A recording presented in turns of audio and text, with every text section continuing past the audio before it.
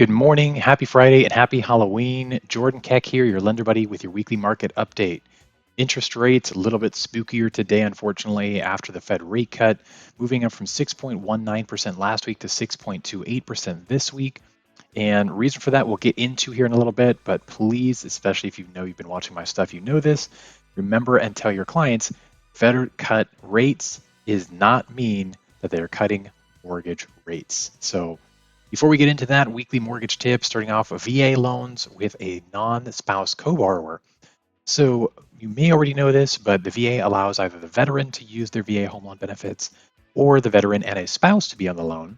But if you have somebody who is not a veteran and not a spouse on the loan, who is even going to be occupying the property, say like a non-married partner, for example, or multi-generation, you've got a family member who's moving in with you, the VA typically does not allow that to be on the loan. But there is a nuance where they can still allow it with exception if you have the non-veterans portion of the guarantee coming in with a down payment, which is typically 12.5%. So if you still wanted to do a VA loan with somebody who is not a veteran and not a spouse of the veteran, you can do that with exception at 12.5% for a down payment. Still doesn't require any monthly mortgage insurance, and interest rates are typically below where conventional is at, plus a host of other benefits for VA loans. So this often makes sense if somebody is selling a home, buying a new one. Again, maybe it's multi-generation or a non-married partner. So if you have questions about this or an opportunity where it might make sense, let me know. Happy to talk through it, but a great tool that's come in handy more than a few times. Next up, the big news this week, of course, the Federal Reserve cut interest rates 0.25%, but this is the overnight federal funds rate for banks. This directly affects things like home equity lines of credit, car loans, credit cards, but not mortgages. Mortgages are going to be affected by the bond market, and that trades just like a stock. And so expectations of what's going to happen in the future are baked in as soon as that information is available. So because the Federal Reserve rate cut this month was essentially baked in as a guarantee a month to month and a half ago, the market for mortgage rates already dropped a month to a month and a half ago as soon as they expect that that's going to be the case. The problem, though, is once they actually lowered rates, the commentary by the Fed afterwards is what made them higher.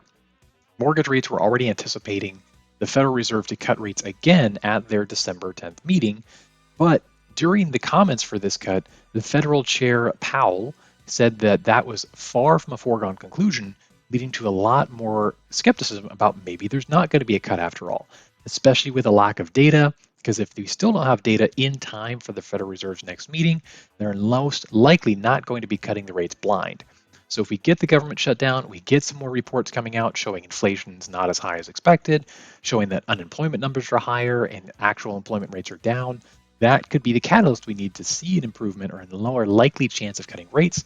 And that data coming out, if it helps us, is where we would see mortgage rates start to drop again, not at the actual Federal Reserve rate cut. So hopefully that is helpful. And again, meantime, until the government reopens, there's a lot of news reports and data that we're just not getting that might be in our favor towards another rate cut. Next up, apartment list reported rents were down 0.8% for the month of October alone and down for the third straight month. This is for new rents, not for renewals, and it's expected to continue a decline to close out the year after we see typically stronger numbers in the summer and then weaker numbers going into fall and winter.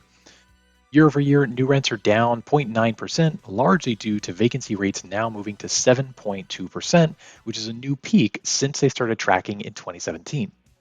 Pending home sales for the month of September were flat, below expectations of a small gain. The market is looking for a gain of about 1.6% for the month, so now we're down 0.9% year over year on pending home sales, which are new contracts signed for September.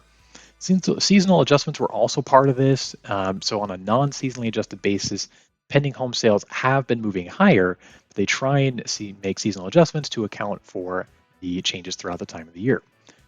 Next up, Shiller and FHFA showed home prices rose 0.2% and 0.4% for the month of August, respectively. This is also on a seasonally adjusted basis here, with Shiller's raw number showing a decline of 0.3%, and year-over-year home prices up 1.5%, below last month's number of 1.6, so decelerating slightly. FHFA also revised last month's figure up from a negative 0.1% to flat overall, so for September and August here. And lastly, due to government shutdown, you may have already been tracking this, SNAP food benefits are set to start seeing some reductions here as soon as tomorrow. Approximately 42 million people in the US are receiving some kind of food assistance benefit through the SNAP programs. There's going to be a lot of unhappy people here, hopefully writing to their congresspeople to end this shutdown sooner than later as the impact gets larger and larger. We're now at the second longest shutdown on record at 31 days here starting the beginning of October, with the longest on record being in January of 2019 and lasting 35 days.